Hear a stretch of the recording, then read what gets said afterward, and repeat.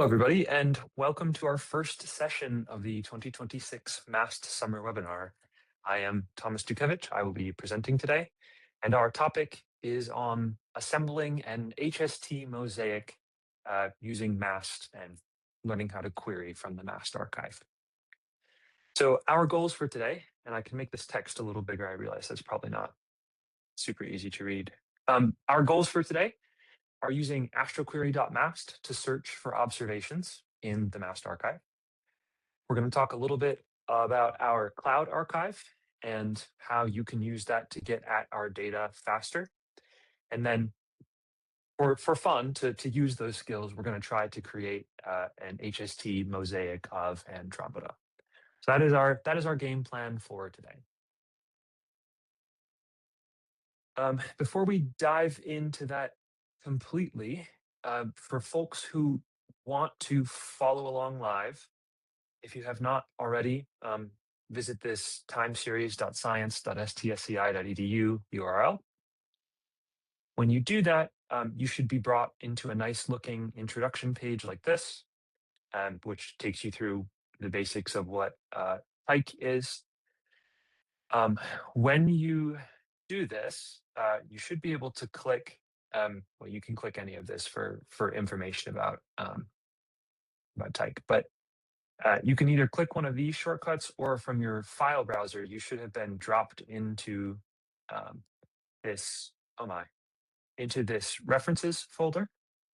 And there's this lovely Tyke content folder under there. So I think this is actually where you started. And then under content, notebooks, I know there's a lot of directories, sorry. Content, notebooks, there is this folder called MAST Summer Webinar 2026. And there are 3 notebooks in there. The one we're working on today is this HST mosaic one. So again, if you do want to follow along, you'll want to make sure that you open up this notebook. And if any of you have any issues accessing that or having trouble with Tyke, you can put things in the chat and we'll try to get it sorted out.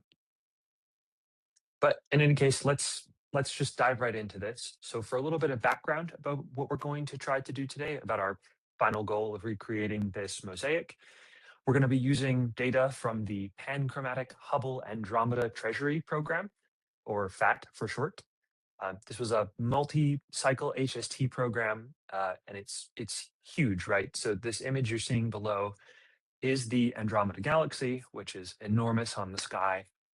And in order to achieve this program, they actually broke it up into 23 sub-programs, just because it was easier to manage such a huge survey this way. It was designed to be pretty efficient when doing these surveys. So it takes advantage of the fact that HST can do parallel observations, and it would take observations of, in each brick is what these little rectangles are called. In each brick, you could take observations with one instrument pointed at one part of the brick and the second instrument pointed at the other, and then you would wait some period of time and take the observations flipped the other way. So you could get multi-wavelength coverage of these bricks pretty efficiently.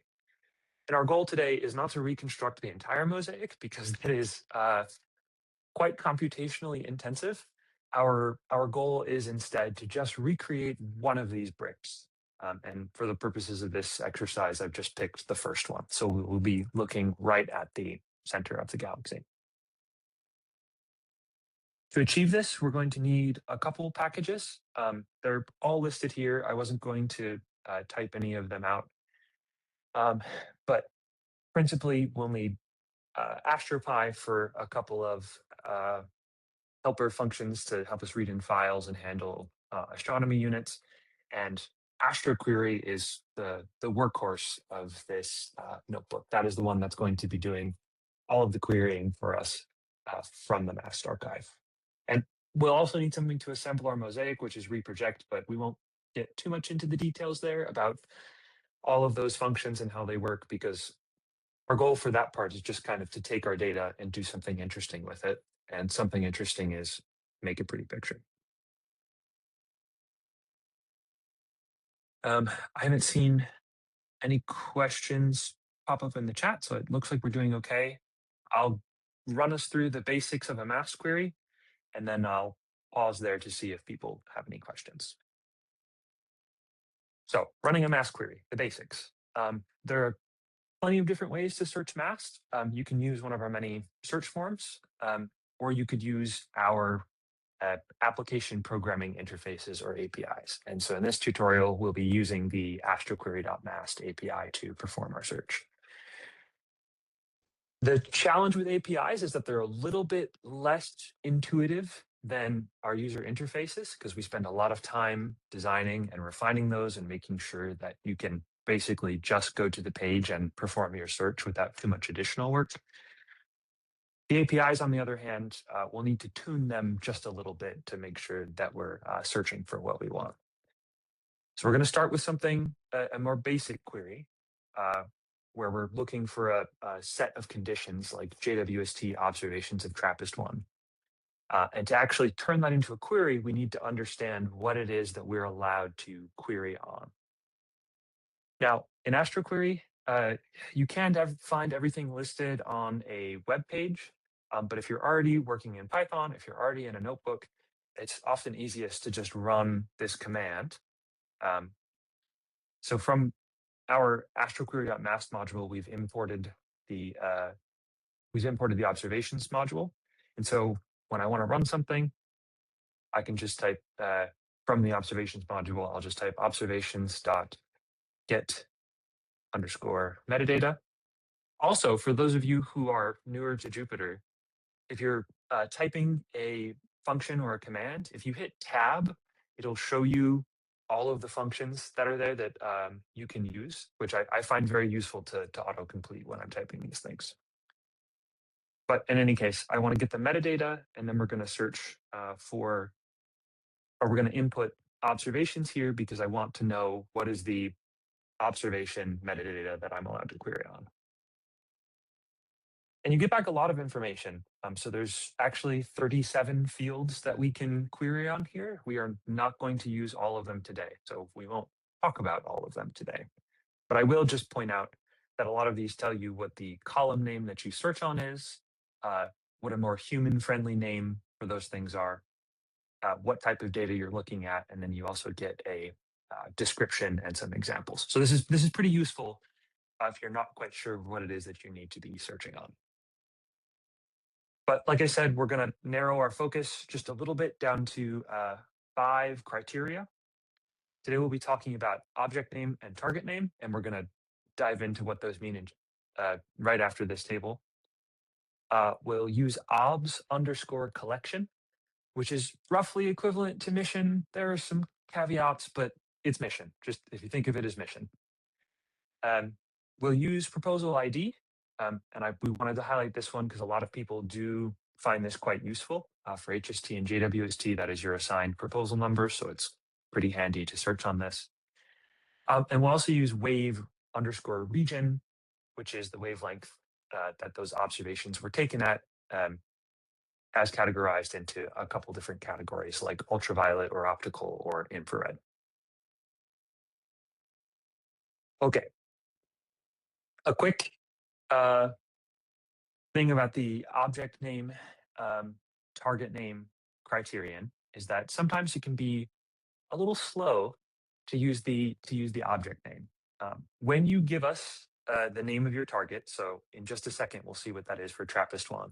What we have to do first is query a resolver service, which is usually Simbat or Ned, to take the input that you gave us, TRAPPIST-1, and turn that into coordinates on the sky.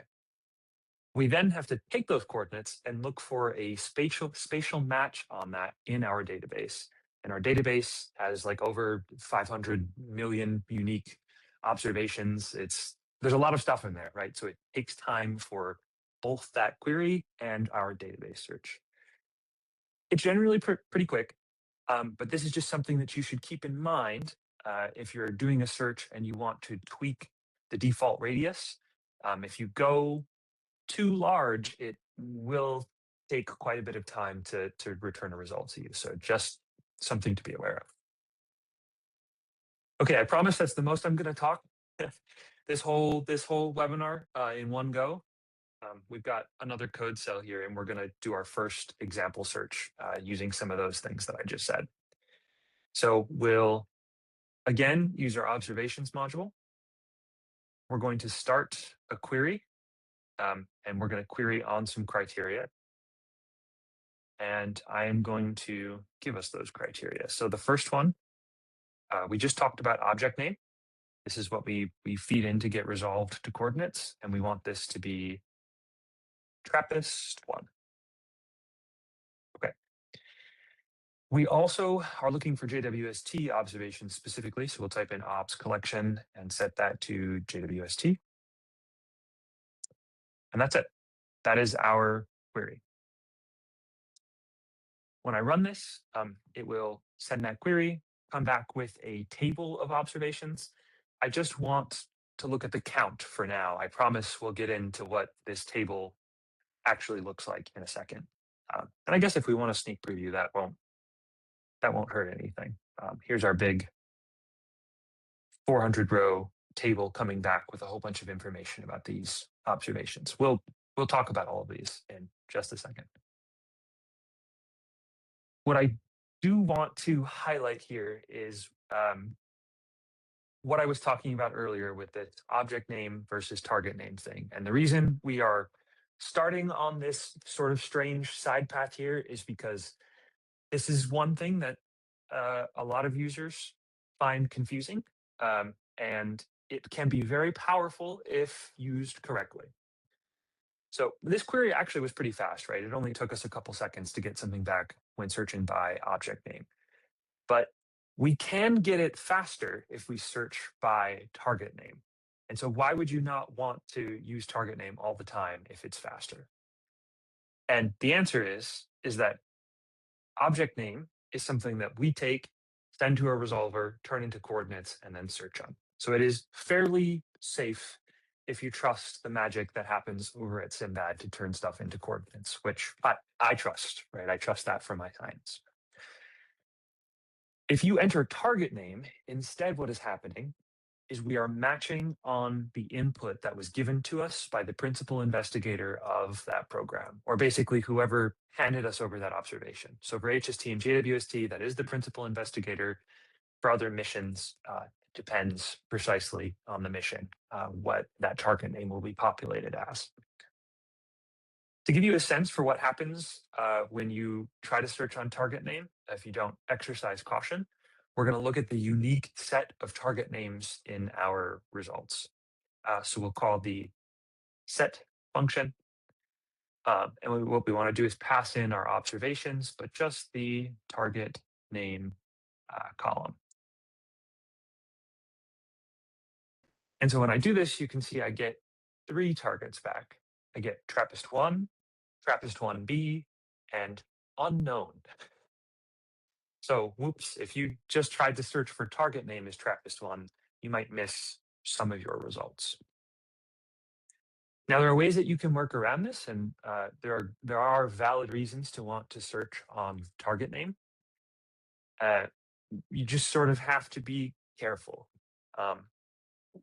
One thing that you can do to make your searches easier is use wildcards, or not make your searches easier, but make sure that your searches include all the results you're looking for, is to use wildcards. MAST supports a standard glob style wildcard. So if you use a Unix-like operating system like macOS or some flavors of Linux, you'll get this behavior basically where you can put an asterisk in a name and it will expand that text out to include anything that matches that expansion. So I have some examples here, if you're not familiar with this, adapted from the Wikipedia page on glob wildcards. If you had law with a star after it, that would match law, laws, and law school is quite expensive. It won't match any substrings, like just LA on its own, or AW, or unrelated strings, right? It has to have that structure of LAW with some text afterwards, an arbitrary amount of text afterwards. We also support having 2 wildcards, so you can have text before that you might want to match. So star, law, star would match law and unlawful, but would also not match LA or just W, any of those substrings again. Importantly, it also does not match TRAPPIST-1. So if you're looking for TRAPPIST-1, this is not what we want to type in here. What we want to do is we're gonna run a little exercise for this one. I'm hoping that there are some people in the audience who are following along with this. We want to do a wildcard search for TRAPPIST-1. So we'll use a very similar structure to this query up here. But this time around, what our plan is to use a wildcard during our search so that we can recover some of those missing observations. So the plan for this is that we'll make it a little bit of an exercise. So I'm hopeful that there are some people who are following along in notebooks and trying this on their own. I will give people who are working on this, let's say 5 minutes, or we'll come back at like 20, 25, maybe 26. And the goal is to repeat the above search that we just did for JWST observations, where we got 405 back. But instead of using object name, try to query on target name and insert a wildcard somewhere so that you can get back most of your observations.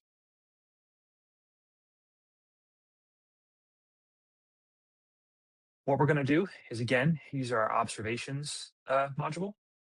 But this time, when we do our query criteria, we're going to replace our first criteria. Instead of object name, we're going to use target underscore name equals, and we're going to set that to TRAPPIST. And I guess where precisely you put the wildcard character is somewhat up to you. I'm going to put the star here so that it matches anything that comes after that. We're still going to set our obs collection, our mission equivalent to JWST. I will close the parentheses, and when this comes back, it should give me all 388 observations. And this one's supposed to be super fast, so I think it's just a little unhappy. Let me interrupt that and run that again. Yeah, there we go. Okay, that it really should be almost instant with the target name matching because that's a much faster database search. But the point of this exercise, we recovered our 388 observations, which is good. We are still not getting our full 405 observations, which is not good. And it just boils down to we have not been able to account for these unknown things. And that will happen to you in many searches that you do. MAST is the archive, so we get handed the observations by the teams that run the spacecraft, and sometimes the names that get assigned to targets are less than helpful. So just be aware that there are caveats to being able to use this to speed up your queries. I am ready for us to. Okay, let me do one more query, and then I will do our midway pause for questions about anything I've said. With our caveats out of the way, we can now use this trick to do a search. We're using this trick because this survey spans a large section of the sky, and rather than doing a spatial query, we want to be able to just do our target name query, which will come back much more quickly. So our plan for this is to, again, use the query criteria, very useful function. We're going to set our target name equal to, and then this one's a bit of a doozy, but it's M31 dash B01, so that's our first brick, dash F star. We want our wildcard here because the bricks themselves are composed of 18 individual exposures. So we need to match from 0, 1 up to 1, 8. So the wildcard will take care of that. And we're also going to add this UVis at the end because we're picking the ultraviolet observations. We will also go ahead and do set wave region UV just because we really want to be certain that that's what we're getting. Since we talked about it, we're going to use proposal ID equals 12058. Some of these parameters actually overlap with each other, so we don't really have to search both for the target name with this, plus the proposal ID for this, plus the wave region. They sort of overlap here, but we're just putting them in to be super sure that we're getting the results that we want. More filters doesn't hurt as long as they all match.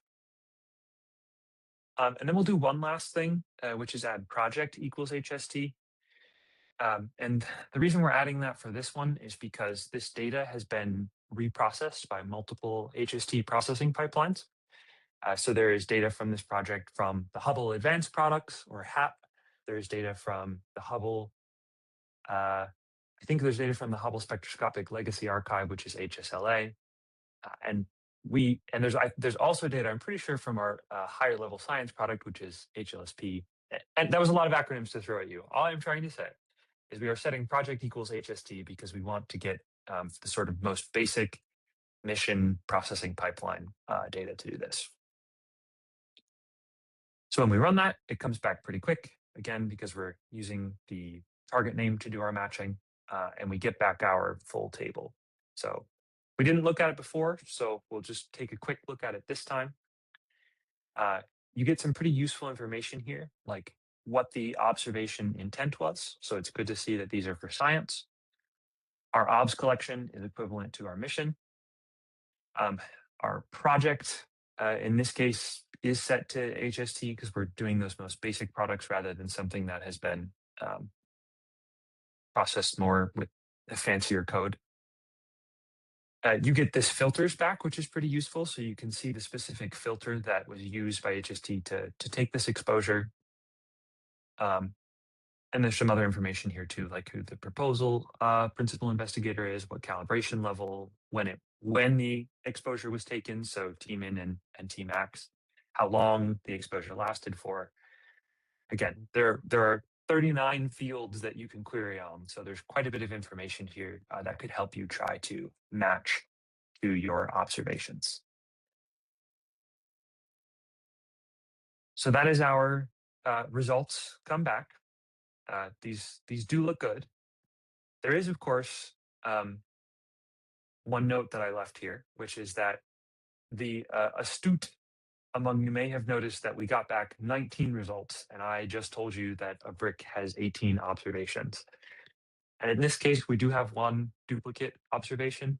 This won't have any major effect on our mosaic, but for people who are really curious, after the webinar, if you want, you can try to figure out which one of these was duplicated. Okay, we're going to pause for a moment. So we have stepped through what a MAST query is, some of the different fields that you can use, and what it looks like when you get observations back. Do people have any questions about this that they would like to ask? And I'll pause for a nice, long, awkward 15 seconds to give you time to think.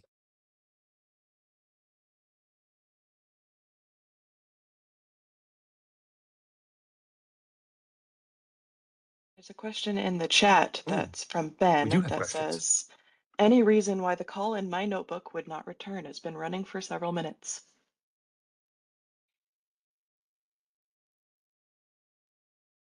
Let's see. Sorry, I need to move this window around. Any reason why the call in your notebook would not return? Oh no. Was this on like the query criteria cell or a different one? Yeah, the exactly same cell. I typed the same code as you did. but yeah, it's still running. I am realizing that my speakers are 100% not working. Oh my gosh, how did we get this far into it and I haven't been able to hear?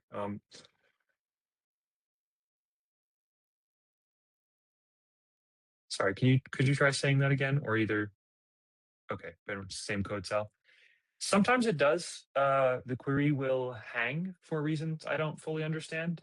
You can press this interrupt the kernel cell or interrupt the kernel square to stop it from running, and then run it again. I hate to suggest turn it off and turn it back on again, but it generally seems to unstick the queries.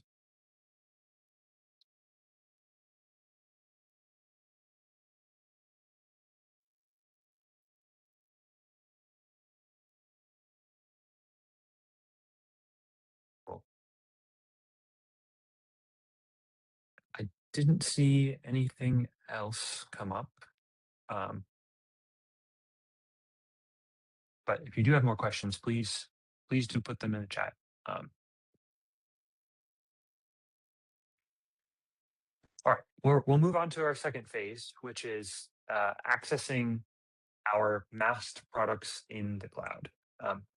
If you are following along on Tyke, one key advantage for you here is that we basically offer you a free compute in the same data center as all of our cloud data. So whatever internet connection speed you might have to the wider world is irrelevant. Only your commands, only what you're typing into the notebook actually has to be communicated to the server, which is pretty handy. It gives you more or less an equivalent experience to if you had plugged your computer directly into MAST itself and all of the data were available to you locally. And we have tested this, right? You can actually read from MAST on Tyke at like gigabits per second. So it is quite quick if you have large files. Our challenge, though, is what we were looking at before was not files, right? We were looking at observations. And each one of these observations corresponds to more or less a pointing of a telescope somewhere in the sky, which is great when we want to search on metadata, but we actually need the files associated with we pointed the telescope at this spot in the sky, and now we have some data and maybe some quality notes and other information. To do that, we're going to call yet another function. This one is observations.get product list. Oops, get product list. And we will pass in our observations from before. This one might take a second to run because what it will do is for each one of our 19 observations, it will take that information in and then search our database for all of the files that correspond to that particular observation. And I know this one is going to take a while because I have tested this and it is going to give us about 1,000 results back. And so it just takes a moment to collect all of those. While it is running, I am going to take us to the next step, which is filtering the products that we get back.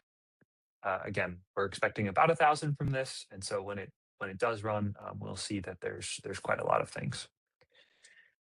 To filter it down, there is an astroquery function that we can use. So it is called under observations. We do filter,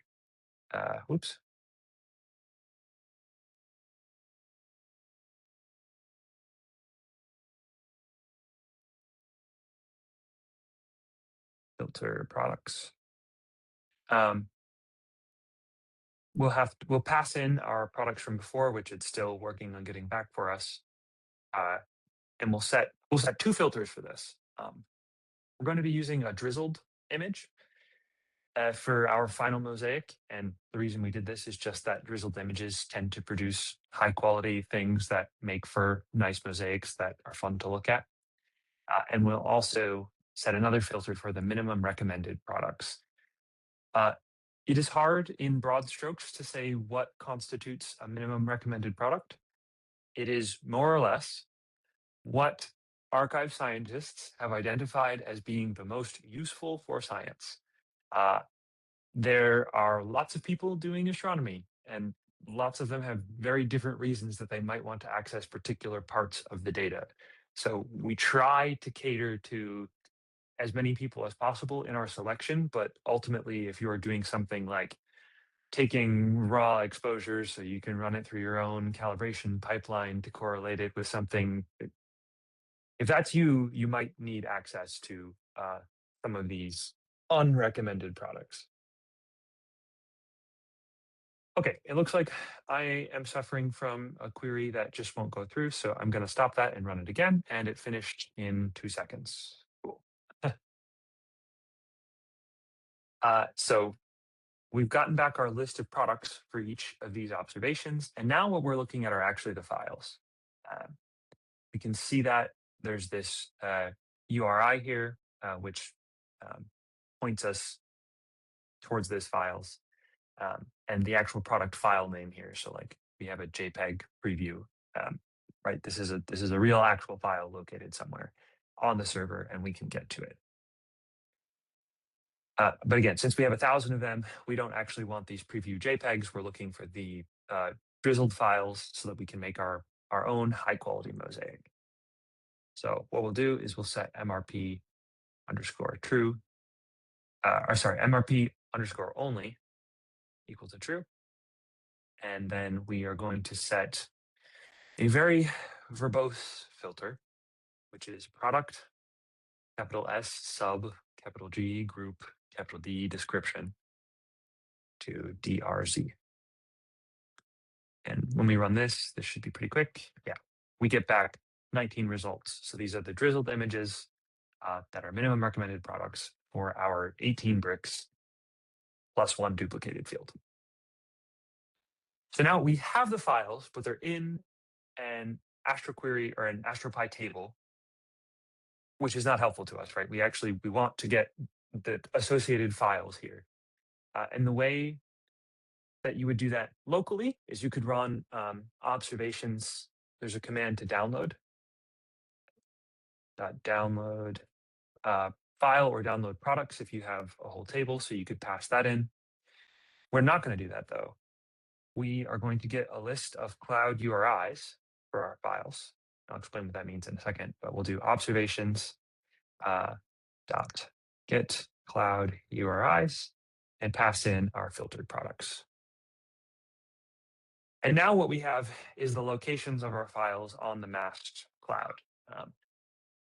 To answer a question that first came up for me when I started working with this, what we're looking at are URIs. URLs should be familiar. You type URLs into a browser and it takes you right to a website. It is a uniform resource locator that helps identify the website's location. This is a more generic version of this. URIs includes things like a mail to is right a pointer at an email address. In this case, we're using this S3 scheme. That's how our files are organized in the cloud. So that is the scheme here that is organizing these things. I'll also note very quickly that there is a function that can do everything that we have done so far: the querying, the products, getting the products, and filtering, and then turning them into cloud URIs in a single function. But we did it here step by step because I think it's a lot easier to explain when you can see all of the moving pieces that have to come together behind the scenes for something like that. Okay, pause another moment for any questions. I'm glad. Okay, I'm also seeing in the chat that other people did not have the same issue I did, so I'm glad these cells are running quickly.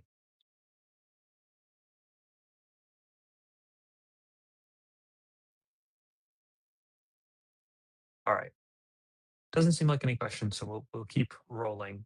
We are in the final phase here, so we'll be getting to a cool astronomy visualization in just a second, I promise. Before that, though, we do have to talk about opening files. We can actually do this with a standard fits.open. So if you have opened a fits file before, this should be familiar to you. What we're going to do is we could pass in just a single file if we had one called F. And since we're working in the cloud, we're going to have to tell it a couple of things. We're going to have to set fsspec keyword arguments equals, we'll pass in a dictionary, anonymous is true. Basically, what this is doing is that when we take those S3 URIs, fits.open will try to open them, but it also has to pass in this specific keyword to Amazon Web Services where these are stored, saying, I would like to anonymously access these files. Why you have to actively specify that you want anonymous access instead of it just defaulting to that, I don't know, but this is part of the magic spell you have to do to get this to work in the cloud. Of course, we don't have a file named F. What we have is a list of file locations that we would like to open. And so for that, we're going to use fun, magic Python syntax. We already have this, so we've already written the first part. All we need to do is to make our file real, instead of just having F, we're going to add for F in our cloud URIs, which we called C URIs. And Python will evaluate this if we just put some brackets around it. It will turn the results of this into a nice list, which will be our HDUs. Now this will take a second. And if you notice at the bottom, I have a memory usage indicator, which is currently saying about 500 megabytes. We will know that this is working because that should tick up, by quite a little bit as it loads in some of these files. Yeah, memory usage doubled. All right, there we go. Just to make sure that everything is working, we're going to make a plot of one of these, and we'll call it test data. And we'll just pull that out of the 0th HDU. And we're going to have to also pull that out of the correct subunit within that HDU. And there we go. We made a plot. We did it. We have an HST image. Because this is drizzled, you might notice a faint line through the middle of it. It's part of the drizzling process. This is expected. Okay. Last phase, and like I mentioned, we wanted to talk more about how MAST works, not about how reproject works. So this one will be a lot quicker to step through. Basically, we're going to have to work around the fact that the reproject package was not built with AWS in mind. So we're just going to have to load these files directly into our memory on Tyke, which is okay. And it's also important to know how to do this because plenty of packages are not fully cloud optimized, and doing things this way allows you to work in a way that feels like things are local and you've just opened up a file that you had on your machine. Reproject in particular wants everything in this format of data, header. So we use a little bit of Python magic syntax here to do that in just a single line. And when I run this, this is also going to quite substantially increase our memory usage because now we're reading in the header plus the data. We're getting all the file at once. Up above, this is able to do a little bit of lazy loading of these HDUs, so it doesn't have to read everything. But this time around, it does actually have to go into those files and read all of the stuff that's there. But it's done. Again, it is pretty quick because we're located in the same place where all the data are stored. Our data preparation is complete. We need to figure out how we're going to combine our images, and reproject has something pretty nice for this that finds the optimal alignment for all these images. We do have to set a resolution, so we're downscaling here just a little bit.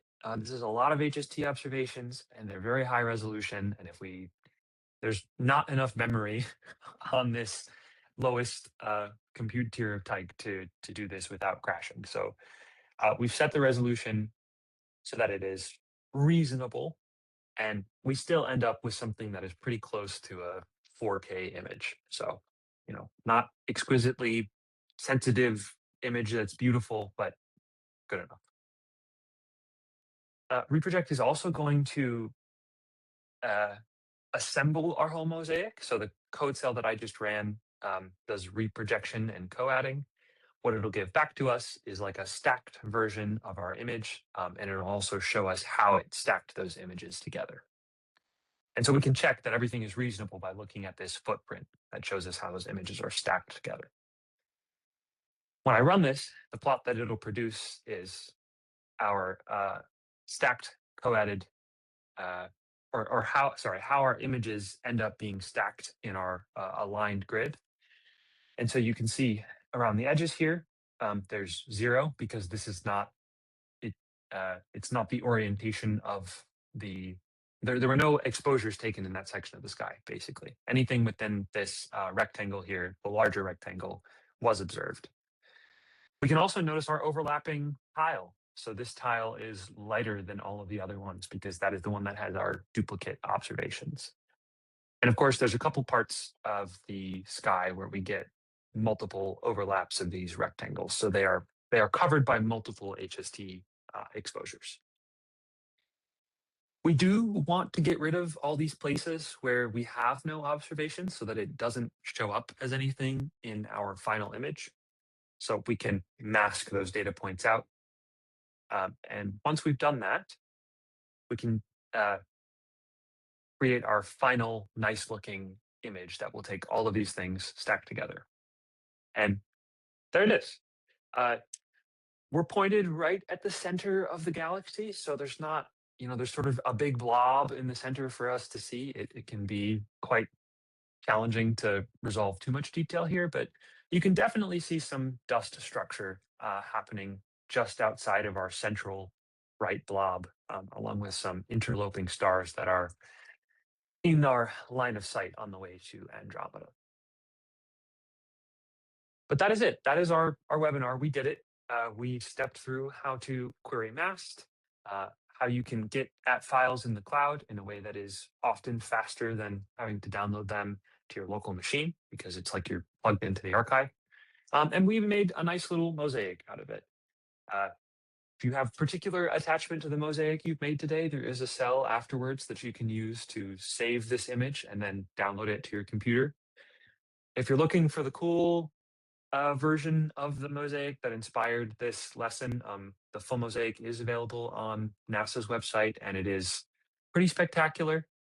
We tried our best, but it doesn't look quite as cool as this one. Okay, that is the end of our webinar. We have plenty of time if people want to ask questions or share any of their thoughts.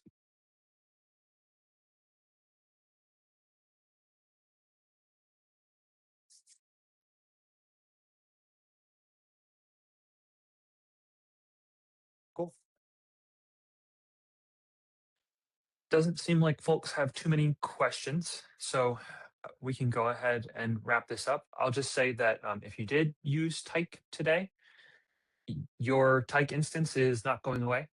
Your files will persist. You can come back to Tyke at any time, and you should be able to access everything that was there before.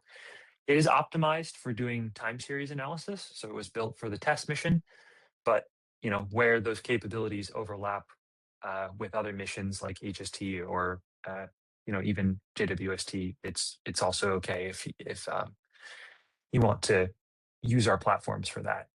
We will soon have additional platforms specifically tailor-made for JWST, but in the meantime, Tyke is available for those things. For the recorded webinar, the link will be available soon. We are recording this on WebEx, and then I have to download it from WebEx, make sure that the file is okay, and then upload it back to YouTube. So it will just take me a second to do that and trim out, 5 minutes of awkward pausing while we wait for people to try exercises. But if you were here today, it means that I do have your email and I was able to send it to you. So I will make sure that the recorded webinar gets out to everybody who was on the list. Otherwise, that is it. I see there's one question. I was just going to point out for folks that next week we are doing office hours. So I would encourage all of you, if this, we have a very short time to go through all of this. And so if you try this on your own and you find that there are things that you have additional questions on or didn't work, or you want to know how to do this for your particular science use case, next week is the time to ask us for that. Okay, otherwise, I promise I'm done talking for today.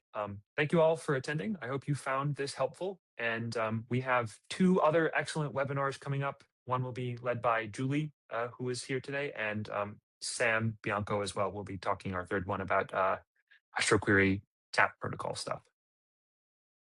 So thanks, y'all. And hopefully I'll see you at the next one.